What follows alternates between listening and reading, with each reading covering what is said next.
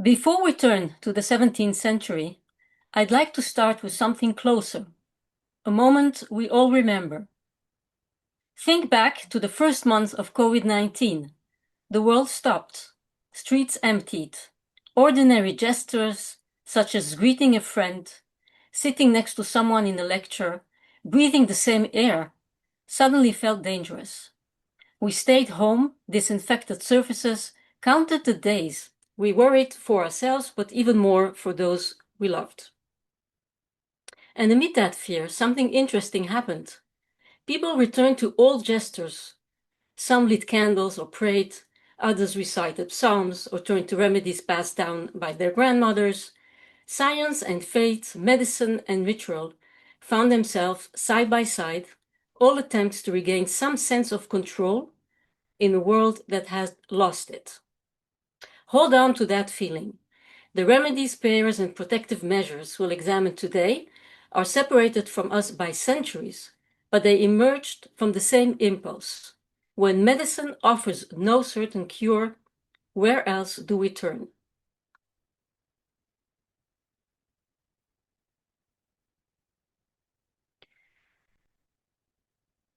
If the arrow doesn't work, try with the spacing bar. Okay. In 2020, just as the first signs of the COVID began to appear, I started my PhD journey, researching Yiddish remedy books and studying how Jews in the 17th and 18th century responded to epidemics. The timing was uncanny. As the world shut down around me, I was reading texts written by people who had faced the same terror. What had seemed like distant history suddenly felt immediate. I began to understand something I had only read about, the real fear of epidemic disease. And I came to see that in a world without modern medicine, illness was never only a physical event.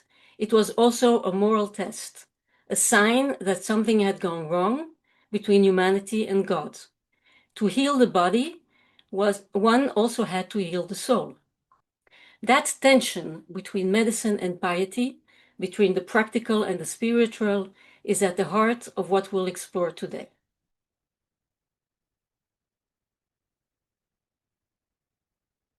My research focuses on Jewish responses in the vernacular to epidemic disease in Ashkenaz, the Hebrew term for Central and Western Europe. The word Ashkenaz originally referred to Jews in medieval Germany, especially the Rhine, communities of Speyer, Worms, and Mainz. By the 16th century, Ashkenazi communities had spread across Western Europe, and by the 17th and 18th century, the center of gravity shifted eastward into Poland and Lithuania. The language of these communities was Yiddish, Loshen Ashkenaz, the tongue of Ashkenaz. Yiddish began as a Jewish dialect of Middle High German, written in Hebrew letters, with Hebrew Aramaic woven in its vocabulary. As Jews migrated, the language absorbed French, Italian, and Slavic elements. It became the everyday language of ordinary Jews, in contrast to Hebrew, Loshen Kodesh, the sacred language of prayer and study. That distinction between the sacred and the vernacular shaped how medical knowledge was recorded and transmitted. Remedy books, plague tracts, health advice, these were increasingly written in Yiddish, the language that were used by Ashkenazi Jews. But when it came to protection against the unseen forces of disease, another language was required. Amulets and protective charms in early modern Ashkenaz were written in Hebrew, not Yiddish. Why? Because Hebrew was Lashon Kodesh, the language in which God created the world, the language of the Torah and prayer. When Jews sought divine protection against plague, they turned to the most powerful language they knew. This amulet, for example, comes from the writings of the renowned Kabbalist Rabbi Chaim Vital. It was designed as a safeguard against plague, not medicine in our sense, but sacred protection, invoking divine names and holy formulas. Yet at the same time, practical medical knowledge was written down in Yiddish. And that raises the following questions. What was the relationship between the Hebrew amulet and the Yiddish remedy? Between sacred protection and practical medicine? Between prayer and potion? Those questions are part of a larger set of questions I want us to carry through this lecture. First, how did people in early modern Europe understand illness? Was disease a natural event caused by bad air or bodily imbalance? Or was it a sign of divine punishment? And how did they balance prayer and practice, piety and medicine? Second, what role did language play in healing? Medical knowledge was traditionally written in Latin or Hebrew, languages of the learned. But in the early modern period, printers began publishing health advice in all European vernacular languages, such as German, Dutch, Italian, English. What did it mean for ordinary people to suddenly have access to this knowledge?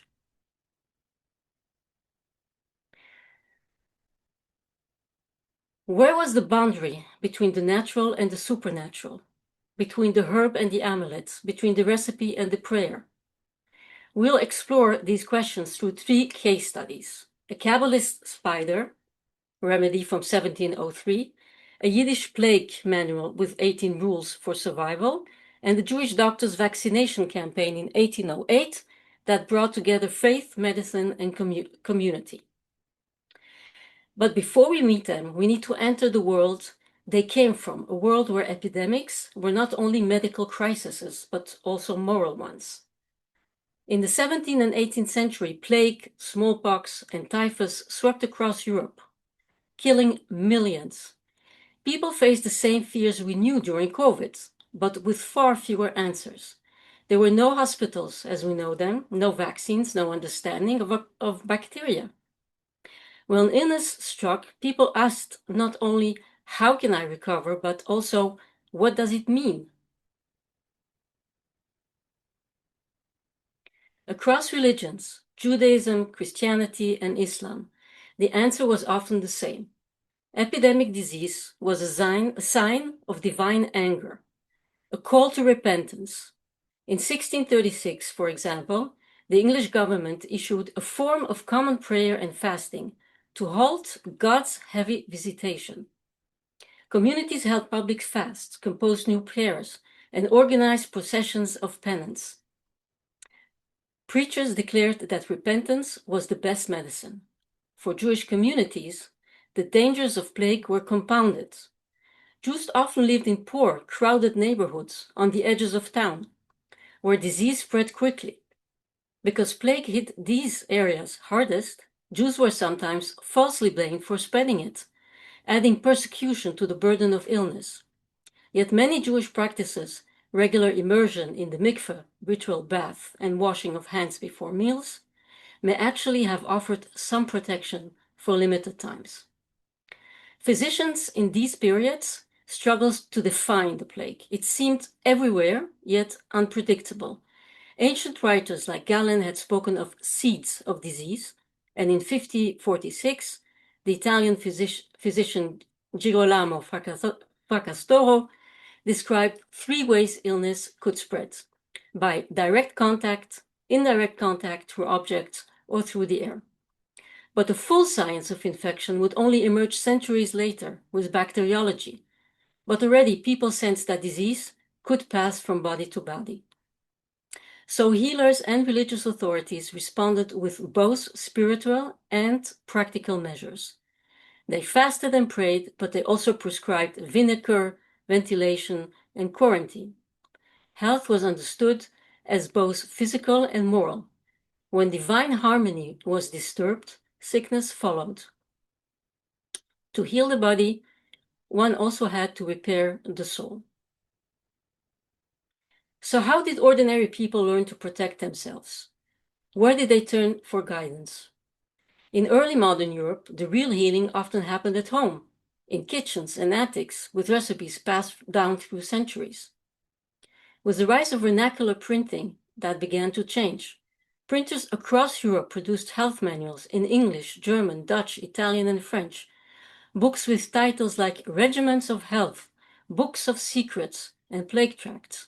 These guides explained how to air rooms, burn protective herbs, guard the heart against infection, and prepare remedies at home. They mixed practical advice with prayer, science, and faith, all in a language ordinary readers could understand.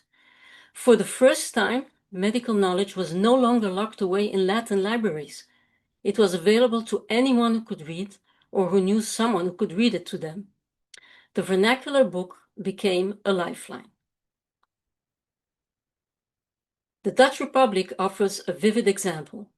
One of the regions hardest hit by plague, it became a major center for vernacular plague publishing. One of the earliest Dutch plague tracts was written by David van Mauden in 1602, Het examen of onderzoek der peste, examination or investigation of the plague. The booklet opens with a poem by Jacobus Viverius, addressed to the unchristian fleers from the plague, those who tried to escape infected cities. Flee wherever you wish. God will still find you, unless you flee from your sins. These books reveal how physicians wove faith and practical knowledge together, combining prayer with prevention, repentance with remedy. And as this European vernacular market flourished, so did the Yiddish printing, especially in Amsterdam, which was the great center of Jewish book production in early modern Europe. Most Jewish texts in Amsterdam were published in Hebrew, the sacred language of scholarship. However, in order to reach readers who couldn't access Hebrew learning, the Yiddish language became more than just a practical tool to educate the masses. Rabbinic authorities came to see it as a path to piety itself, a way of bringing Torah and prayer to those who might otherwise be excluded. Consider the Korban Mincha, a popular Amsterdam prayer book, in which Hebrew and Yiddish appear side by side. On its title page, the publisher describes the book using a striking metaphor. We prescribed a good medicine for the weak, and they will grasp what are the herbs, the essence of the distilled water and oil, namely, the Yiddish language and the commentary that we added to the prayer. Yiddish itself is the remedy, the language ordinary Jews spoke at home, the Mamaloshen, the mother tongue, was not a lesser substitute for Hebrew, but a form of healing in its own right. Through Yiddish, even those without scholarly training could access the prayers that nourished body and soul.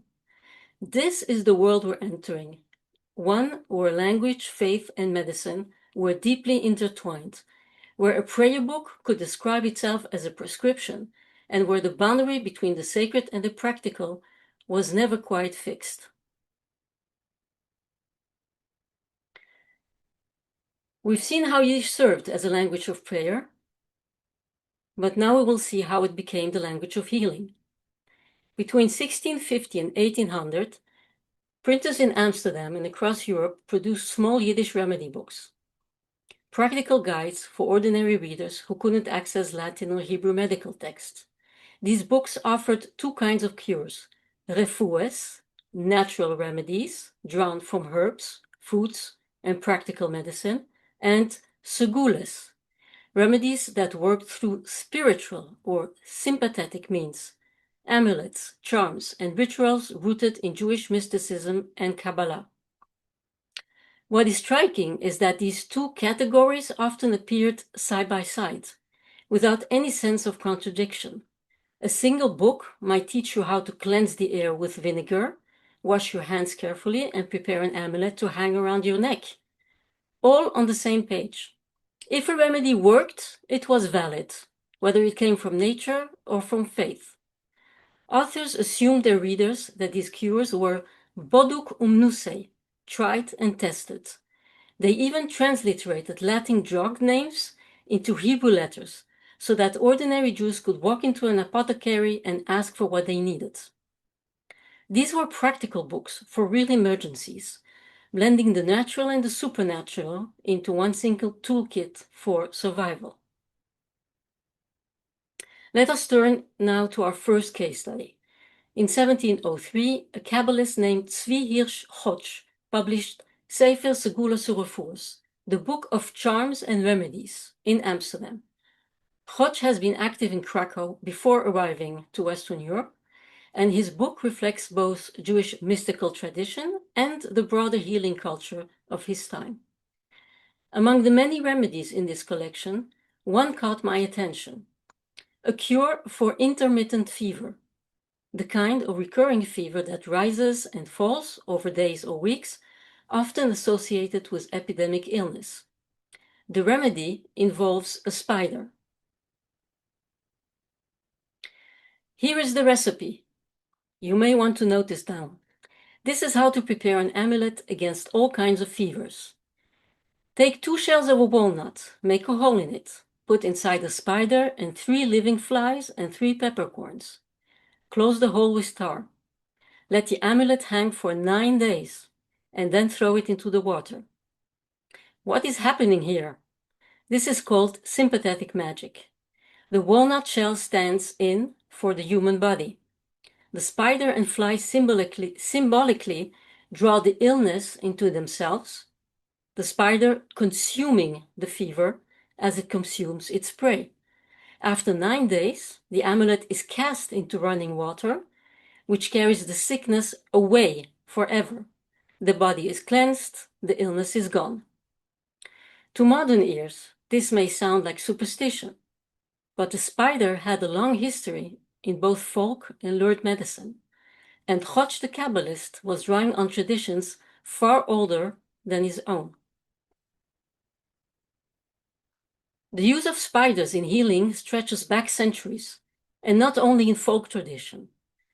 The medieval Jewish scholar Abraham ibn Ezra, in his Sefer HaNisyonot, Book of Experiments, discusses spiderwebs as remedies for quartan and tertian fevers, recurring fevers that followed predictable cycles. Ibn Ezra notes that these practices are based on the writing of Dioscorides, the 1st century Greek physician, often called the father of materia medica. Dioscorides himself had written, "If a spider which weaves thick white threads is tied to the skin and hung on the arm, this will relieve quartan fever." So Chodsch's spider amulet was not folk superstition disconnected from learning. It stood within a tradition that linked Jewish mysticism to classical Greek medicine, a tradition that crossed religious and cultural boundaries, transmitted through centuries of manuscript and memory. Nor was this tradition Jewish, or uniquely Jewish.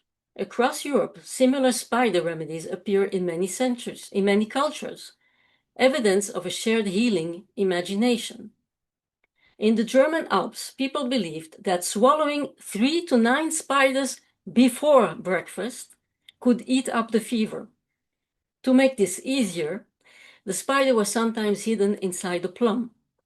In Bohemia, spider webs were placed in a headscarf and tied around the forehead to cool fevers. In the French Auvergne, spiders were rolled into small bowls and swallowed whole. Among Transylvanian Roma, a cross spider was smoked for 7 days and eaten after the full moon to treat thyroid disease.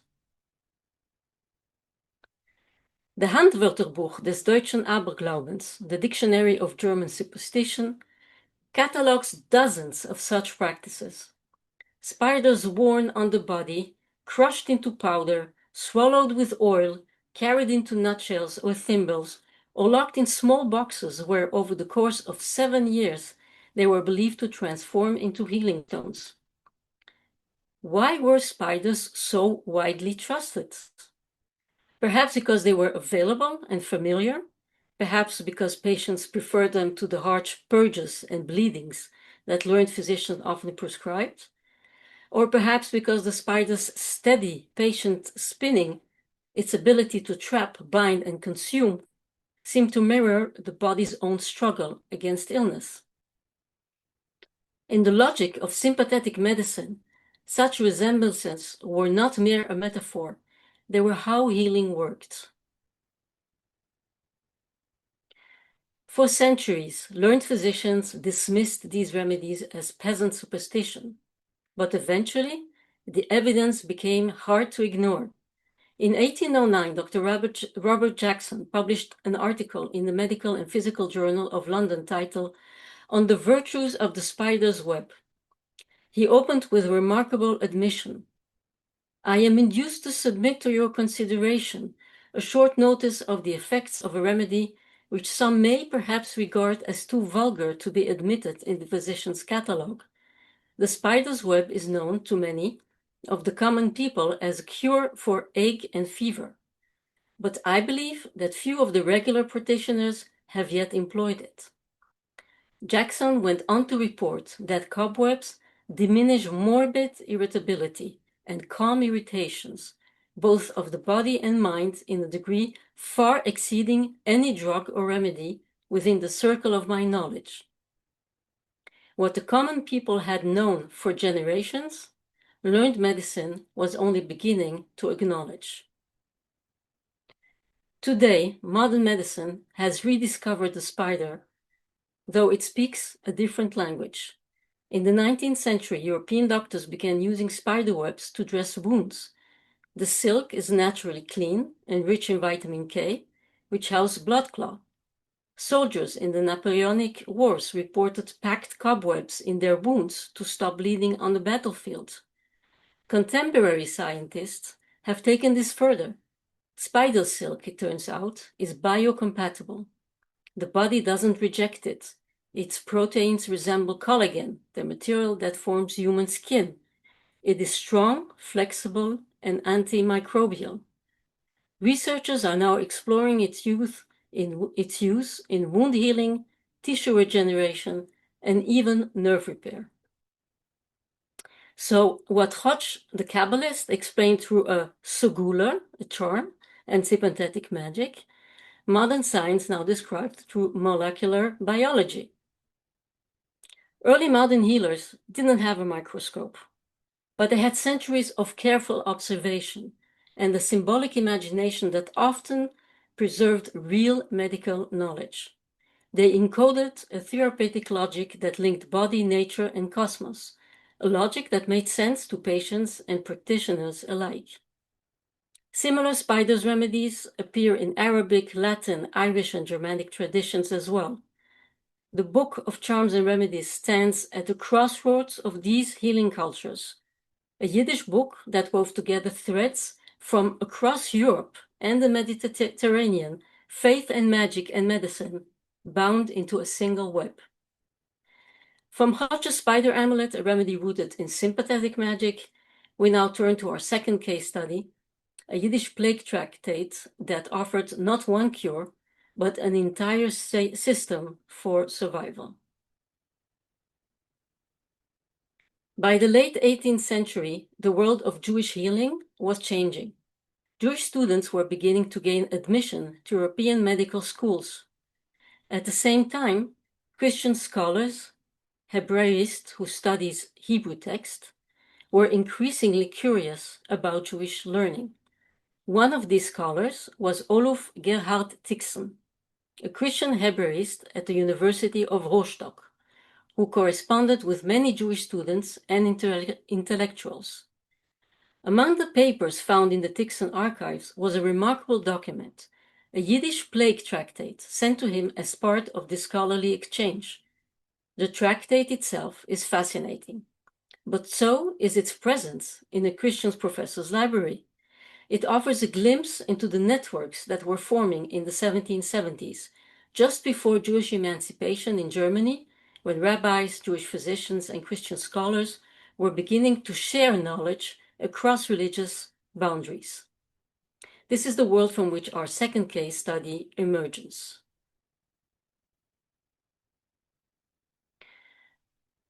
Sefer L'Atziras HaMageifa. This is how the tractate is called, a tractate for stopping the plague.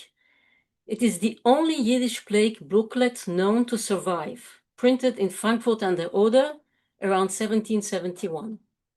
Its author and publisher was Rabbi Chaim of Lisa. Rabbi Chaim understood that his readers were evolving. They still trusted in God, but they also wanted medical advice grounded in evidence.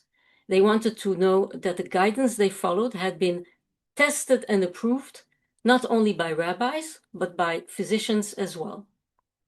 So Rabbi Chaim sought support in Berlin, where a circle of respected Jewish doctors was active. He secured approbations, letters of endorsement from both rabbinical and medical authorities. His tractate would speak with two voices, the voice of faith and the voice of science. His message, stated plainly in the opening, was this: with this excellent medical advice and with God's help, all shall be safe from the plague. Healing required trust in God and trust in knowledge. The two were not opposed.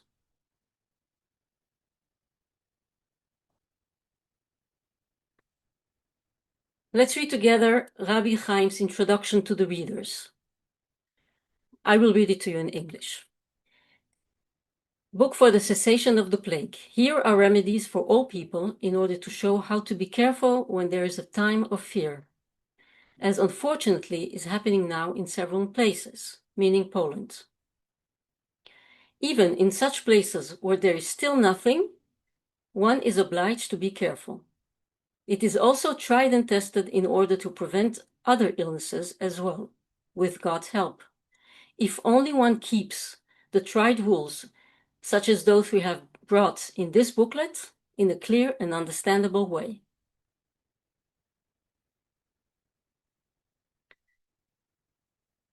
Printed in the Holy Community Frankfurter Order, signed by the great doctors of the Holy Community Berlin and the Rabbinical Authority of the Holy Community of Berlin and the respective rabbinic court, printed in Hebrew, during 8 months cannot be reproduced, and so forth. So this Yiddish tractate promises vernacular practical advice on how to survive the plague. The title page carries rabbinical approbation, but also the endorsement of physicians. The emphasis on piety is clear, but so is the claim to scientific authority. The heart of the tractate is a list of 18 practical rules. Why 18? The rules are numbered according to the Hebrew alphabet.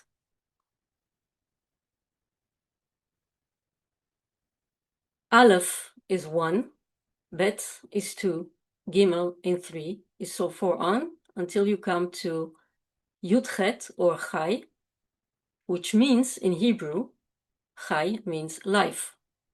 And this is not a coincidence. The entire tractate is structured around the idea of preserving life. The rules cover every aspect of daily existence during an outbreak: what to eat, how to wash, how to clean your home, how to care for the sick. But they also address the inner life: how to speak, how to feel, how to pray. Body and soul are treated as one. Let me walk you through the 18 rules. Rabbi Chaim's rules weave together practical hygiene with spiritual discipline. Throughout, short invocations as Chas v'sholem, God forbid, or Be'ezras Hashem, with God's help, turn medical instruction into something close to liturgy. Translated and group the rules for you. Keep the body clean, wash daily, cleanse hands and face upon waking, avoid filth. Air the home. Open windows, let fresh air circulate, avoid stale or foul smells, eat a light orderly diet. Drink temperately. Change clothing and linens. Fumigate and sweeten the air. Then it turns to community care and rules. Avoid crowds. Keep distance in markets and synagogues. Pray at home if necessary. Recognize early symptoms: fever, swollen glands, rashes. Isolate prudently. And 9, quarantine with dignity. Separate the ill. Deliver food at the threshold. Support them with prayer. Balance labor and rest. Avoid exhaustion. Sleep enough. Guard the heart. Avoid panic. Fear weakens the body. Cultivate calm through psalms and study. Purify speech, avoid gossip, slander, and despairing talk. Speak of hope to one another. Practice charity and mutual aid. Give the poor and the sick. Organize food deliveries. And then we move on to the spirit and gratitude. Repent and repair. Examine your deeds. Make amends. Reconcile with your neighbors. Maintain public order. Obey communal regulations. Follow your physician and rabbinic guidance. Pray daily. Commit to the Amidah. The Amidah is a daily prayer that is said 3 times a day, and it has 18 prayers in that prayer. And also read the Psalms by adding the name of the sick person. Give thanks after recovery, and remember life, Chai. Maintain hope, teach your children, and write this teaching upon your heart. So Rabbi Chaim's tractate offered practical wisdom for surviving a plague, and that is a system that unites everything: hygiene, community, and faith. We are now transitioning to our 3rd case study, and we are moving on to the 19th century, where a different epidemic threatened the Netherlands, which is the smallpox. This time, a new kind of remedy was available, one that required not just faith, but trust in a revolutionary medical discovery. And that brings us to Dr. Goldsmith and the vaccination campaign that he did in Amsterdam. Smallpox was devastating. In Amsterdam, between 1774 and 1801, it accounted for an average of 8.2% of all deaths each year. In the epidemic years, the toll was far worse. In 1784 alone, smallpox was responsible for 28% of the city's total mortality. The Dutch medical historian Willibord Rutten has shown that wealth made a difference. The rich were more likely to seek medical care and had more resources to protect their family. The poor, including most of Amsterdam Jews, had fewer options. Jewish mortality was recorded in welfare files, a grim testament to the vulnerability of the community. Only after 1810 did child mortality begin to decline significantly, presumably as a result of the vaccination. In 1796, an English country physician named Edward Jenner heard a local story. Milkmaids who had contracted cowpox, a mild disease caught from cattle, never seemed to catch the smallpox. Jenner decided to test whether this was true. His experiments succeeded. In 1798, he published his finding in a pamphlet titled An Inquiry into the Causes and Effects of the Variola Vaccina, known by the name cowpox. Within 3 years, more than 100,000 people in England had been vaccinated. Jenner's pamphlet was translated into 6 languages, including Dutch, where the translation was made by Levi Salomon Davids, a Jewish physician who also founded a vaccination society in Rotterdam. For the first time in history, it became possible to prevent a deadly disease through a safe, deliberate intervention. In 1881, Louis Pasteur honored Jenner by using the term vaccine, derived from vacca, the Latin word for cow, to describe all inoculating substances. We still use that word today. Yet to many in early 19th century Europe, the idea of injecting material from an animal into the human body, especially into a child, felt deeply troubling. Parents asked, is it safe? Could it harm my child? But they also asked, could it offend God? Both Jews and Christians believed that illness and healing came from divine providence. So to some, vaccination felt like interfering with God's will, an act of human arrogance. The very name cowpox vaccine did little to inspire confidence. Caricatures of the time show vaccinated patients sprouting cow parts from their bodies, images that captures the fear many felt. This was the resistance that had to be overcome by physicians. Dr. Ezekiel Joseph Goldschmidt, known in the community of Amsterdam as Rofe Reb Yecheskel Kassel, had studied medicine at the University of Groningen, becoming in 1783 the first Jew to earn a medical doctorate at the Groningen University. In 1788, he was appointed physician to the poor to the Amsterdam Ashkenazi community, serving the crowded Jewish quarter of Loyenburg. Goldsmith witnessed firsthand how disease thrived in overcrowded, impoverished homes. When smallpox returned in the winter of 1808, he saw not only a medical crisis, but also a crisis of faith. Jewish parents, terrified of the new vaccine, refused to bring their children. Goldsmith noticed that compared to Christian children, almost no Jewish children were being vaccinated. He decided to act. In 1803, two vaccination societies had been founded in Amsterdam, one for the Jewish community under the umbrella of Maskil Eldal, a welfare organization, and another for Christians located in the English orphanage. These societies competed, each trying to vaccinate as many children as possible. Dr. Goldschmidt was active in the Jewish Society, but he was troubled. Jewish families were not coming forward. Then, in 1808, King Louis Napoleon of Holland issued a royal decree encouraging vaccination. The king's words were striking. One must try to convince people that one is harming oneself, even acting ungratefully towards the beneficent Supreme Being, if one rejects the cowpox vaccination because it is a novelty. The king was making a theological argument. To refuse the vaccine was not piety, but ingratitude toward God, who had proved his gift to them.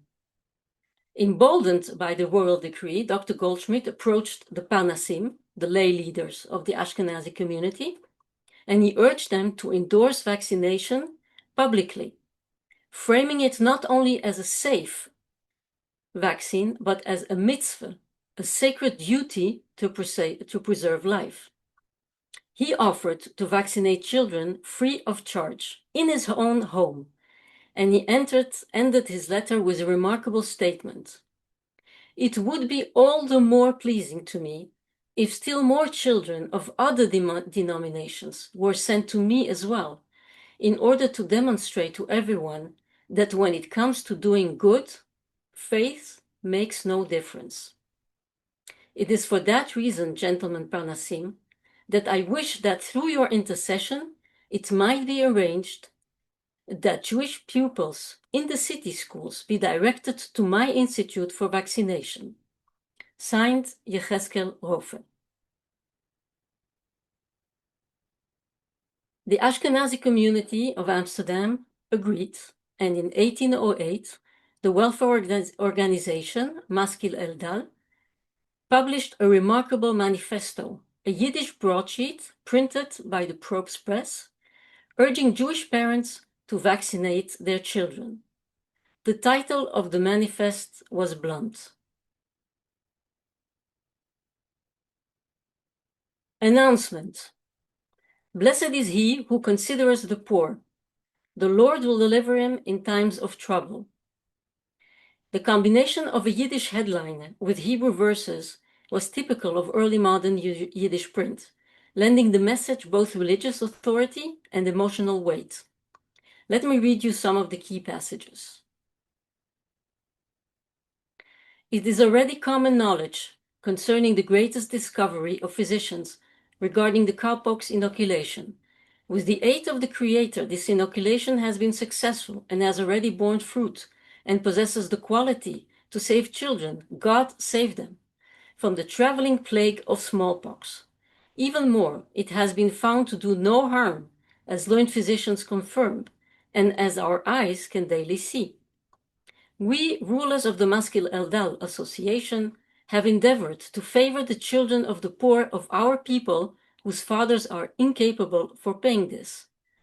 We have hired a capable physician, Dr. Yechezkel Kassel, who in a short period of time has vaccinated about 1,700 children, all of whom, with God's help, have remained free from the disease. And we have found at this time that the dreadful smallpox has spread within our borders due to the negligence of parents who refrain from taking advantage of such good things. And we have seen the affliction of the children, God save them, whose appearances are darker than black, their faces covered with scars. And so, on the last Sabbath, it was proclaimed in all the synagogues by royal decree that every man should take it to heart to have his children vaccinated. And we trust that the physician of all flesh will send out his healing powers and deliver us from all corruption. The manifesto reframed vaccination in religious terms. This was not an act against divine will, it was a gift from heaven, a miracle of knowledge meant to save lives. The procedure would be performed by a Jewish doctor who spoke Yiddish, who could explain the process gently to the frightened parents. Dr. Goldschmidt was not asking families to choose between God and medicine.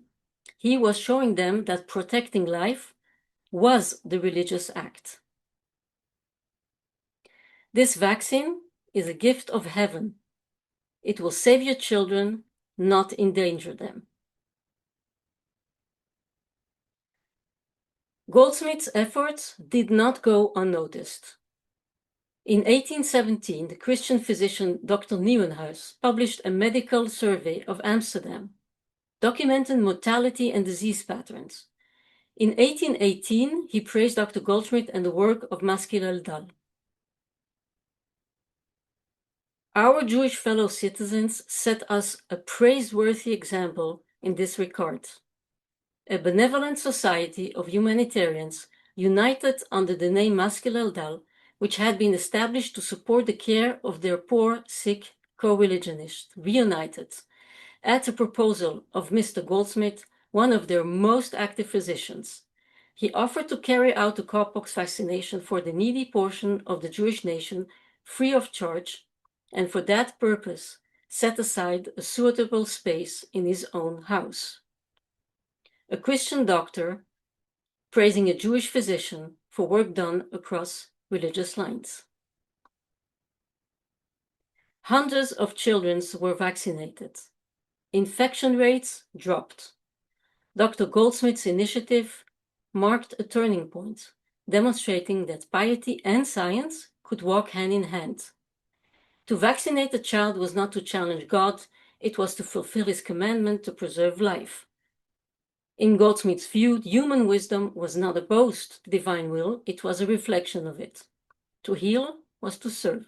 To care for a stranger's child was sacred work, whether you call it a mitzvah or public health. When it comes to doing good, Goldsmith had written, faith makes no difference. So what have we seen today? 3 case studies spanning more than a century and across Ashkenaz. A Kabbalist from Krakow published his spider remedy in Amsterdam in 1703. A rabbi from Lisa, whose plague tractate was printed in Frankfurt an der Oder in 1771, and a physician in Amsterdam whose vaccination campaign in 1808 bridged the Jewish community and the wider city, because he believed that healing was not the possession of any one group. Each responded to epidemic crisis, each combined practical measures with spiritual ones, and each operated within a worldview where the boundaries were now taken for granted between science and faith, between body and soul, between natural remedy and sacred protection, did not exist in the same way. Hodge the Kabbalist placed a spider in a walnut shell and cast it into the river. To us, this looks like magic, but he was drawing on Dioscorides and Ibn Ezra. on centuries of learned tradition, and modern scientists have found that spider silk really does promote health. The language has changed, the observations not. Rabbi Chaim numbered his plague rules to reach 18, which spells life. He wove hygiene, diet, quarantine, charity, and prayer into one single system, because he understood that survival required attending to body, community, and soul together. You could not separate them. And lastly, Dr. Goldschmidt vaccinated children in his own home free of charge, urging the community to see that this science, this new science, is not a threat to faith, but a present, a sacred duty to preserve life. He wrote that he would welcome children of other denominations as well, because it was coming to doing good, and faith makes no difference. I began by asking you to recall the days of the COVID-19 pandemic, the fear, the uncertainty, the quarantine, the waiting for a vaccine, the constant adjusting to official guidance, and an unfamiliar way of life.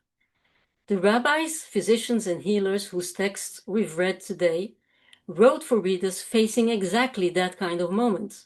Their advice moved fluidly between the practical and the sacred. Boil vinegar, open windows, write an amulet, recite a psalm. In times of epidemic, people did not sort their remedies into categories. They reached for whatever offered hope. What strikes me most is not how distant their world feels, but how close. A spider sealed in a walnut, a vaccine drawn into a vial, the container changes, the gesture doesn't. Someone prepares a remedy, someone else hesitates. Is it safe? Does it work? And may I, in good conscience, use it? These are not modern questions. They are human questions. Hodge asked them, Goldsmith's neighbors asked them, we asked them rolling up our sleeve and choosing to trust the vaccine. Prayer and potions were never opposites. They were part of a single pharmacy, one that dispensed remedies for the body and the soul from the same shelf, because no one had yet decided they belonged in separate rooms. When Dr. Goldsmith wrote that faith made no difference when it comes to doing good, he was not abandoning that pharmacy. He was opening its doors wider. That, I think, is the deepest lesson these texts have to teach us. To heal was not to abandon faith, nor where faith ended. It was where faith began and where it was fulfilled. Thank you.